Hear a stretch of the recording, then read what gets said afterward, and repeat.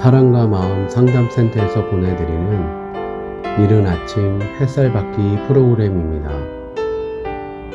이 시간 하나님의 말씀을 통해 마음 치료가 이루어져 믿음의 안위함을 누리시는 시간 되시길 바랍니다.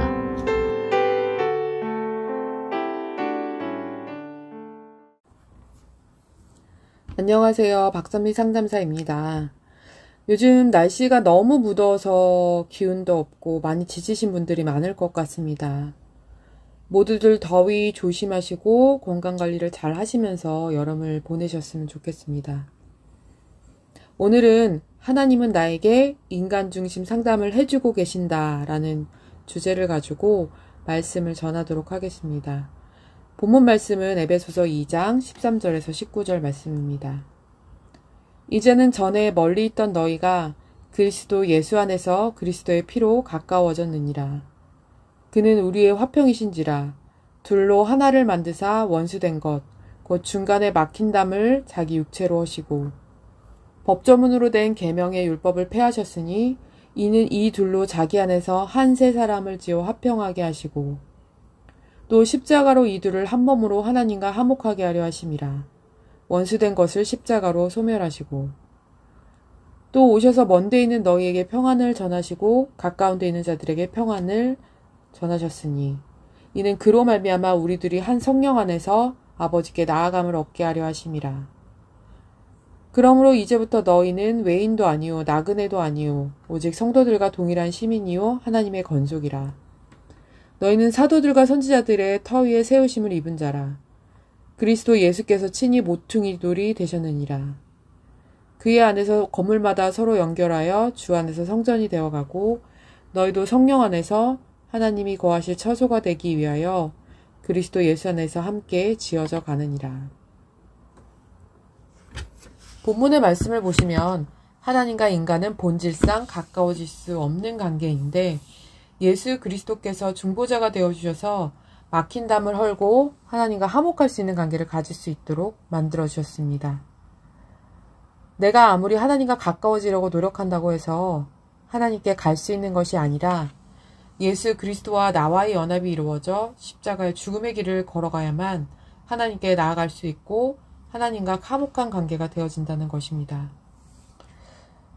저는 이 말씀을 보면서 최근에 상담했던 청소년 아이가 생각이 났습니다. 엄마에게 사랑받고 싶고 관심받고 싶으나 엄마는 자신을 거들떠보지도 않고 관심도 없는 것 같고 울며 떼를 써도 받아주지 않는다고 말을 했습니다. 그래서 엄마는 공감 능력도 없고 매우 현실적인 사람이라고 평가했습니다. 자신의 욕구를 채워주지 않는 엄마에 대한 분노감으로 인해 자신을 수없이 자책하고 정죄하는 아이였습니다. 상담에 와서 내내 우는 모습을 보였습니다. 엄마랑 싸우게 되고 나면 죄책감에 시달리고 싸웠던 과거의 일들이 자꾸 생각나서 너무 괴롭다고 하였고 엄마랑 화목한 관계가 되어 충분한 사랑과 돌봄을 받고 싶어도 되어지지가 않아 우울감에 빠져 있었습니다. 저 또한 내 욕구가 채워지지 않으면 하나님을 원망했습니다. 왜 나에게 이런 시련을 주시냐고 말이죠. 그런데 원하지 않았고 예상하지 않았던 상황을 통해 하나님은 내 안에 기준을 허무는 작업을 하셨습니다. 내가 옳다고 생각했던 기준들, 그 기준들은 너무나 강화되어 견고하게 내 마음속에 구축되어 있었고 그 기준들로 인해 나는 하나님께 더욱 다가갈 수가 없었습니다. 내가 옳다고 생각하는 기준들은 어디로부터 누구의 영향을 받아서 내 안에서 구축되어진 것일까요? 인간중심 상담 이론을 만들어낸 로저스는 가치의 조건화라는 말을 사용했습니다. 부모님들이 자녀에게 부여한 가치가 아이의 내면에 형성된다고 했습니다. 예를 들어 부모가 어른들에게는 예의 바르고 겸손한 모습을 보여야 한다라는 가치를 아이에게 부여했을 때 아이는 어른들에게 예의 없는 모습을 나도 모르게 보여주게 되면 부모가 제시한 기준을 지키지 못한 것 같아 죄책감을 느끼거나 자신을 자책하게 됩니다. 흔히 아이들을 키울 때 아이들이 부모님에게 거짓말하는 경우를 종종 볼 수 있을 것입니다. 아이들은 자신이 옳지 못한 행동이나 생각을 한 것 같을 때 부모님에게 혼이 날까봐 거짓말을 하는 경우가 많이 있습니다. 모든 아이들은 긍정적인 자기 존중의 욕구를 가지고 있습니다. 부모님이나 타인에게 긍정적인 평가를 받고 싶어 하고 긍정적인 평가를 통해 자기를 존중받는다고 느끼고 생각하게 됩니다. 나이가 들면서 성장할수록 부모님이 나에게 제시했던 기준, 그에 대한 가치를 더 내면화시키고 강화시켜 나가게 될 것입니다. 그러한 가치를 내면화시킬수록 내 현실의 삶에서 그것들을 실현할 수 없을 때 심리적 고통, 죄책감, 자책감을 겪게 될 것입니다. 인간중심 상담에서는 상담자의 역할이 매우 중요합니다. 이렇게 해라, 저렇게 하라, 이렇게 해야 하면 안 된다 등의 이런 가치의 조건화로 인해 마음의 고통을 겪고 있는 내담자에게 공감적인 반응을 해주고 어떠한 기준을 가지고 내담자를 평가하는 것이 아니라 무조건적인 긍정적인 존중을 해주므로 촉진적인 관계를 형성하게 됩니다. 그러한 과정 속에 내담자의 마음에 형성된 가치의 조건화가 점점 허물어지게 되고 그로 인해 내담자의 마음의 갈등도 풀리게 됩니다. 이러한 인간 중심 상담이 사랑과 마음 상담센터에서 현재 이루어지고 있습니다. 저 또한 가치 없고 쓸모없고 능력 없어 보이는 현실적인 내 모습, 그리고 내가 이상적으로 추구하려고 하는 그런 이상적인 내 모습 간의 갈등을 수없이 겪었습니다. 이상적으로 생각하는 나 자신을 만들려면 돈도 많이 벌어야 하고 세상적인 가치를 들이대었을 때 누구에게나 인정받는 사람이 되어야 했습니다. 그러다 저는 그런 사람이 되지 못한다는 생각으로 인해 심리적인 고통을 많이 겪었습니다.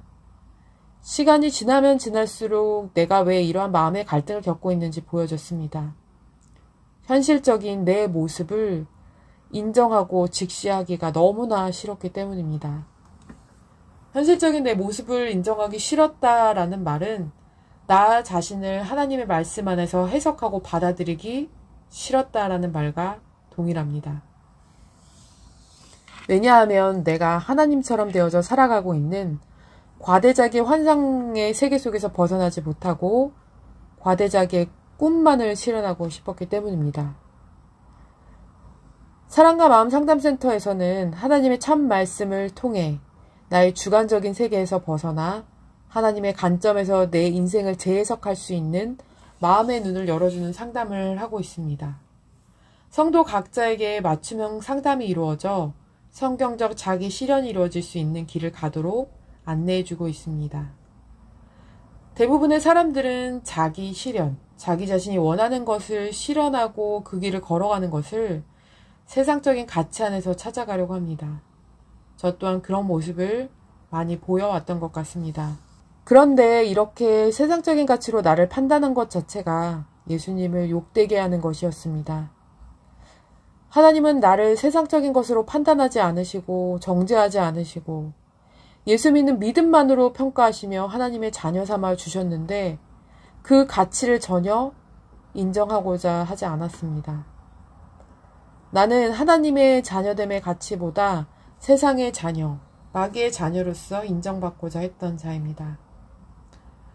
사랑과 마음 상담센터 성도 여러분, 혹시 여러분들 중에도 저와 같은 분이 계시다면 하나님께 회개를 하셨으면 좋겠습니다.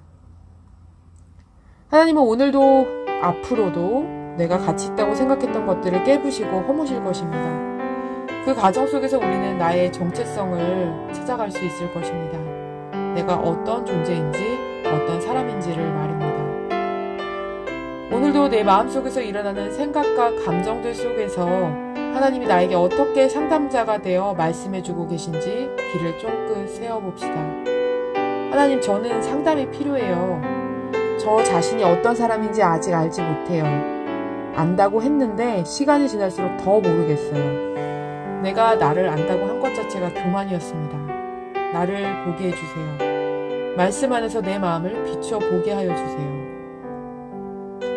하나님과 이런 대화를 해보시면서 오늘 하루의 삶을 보내시기 바랍니다.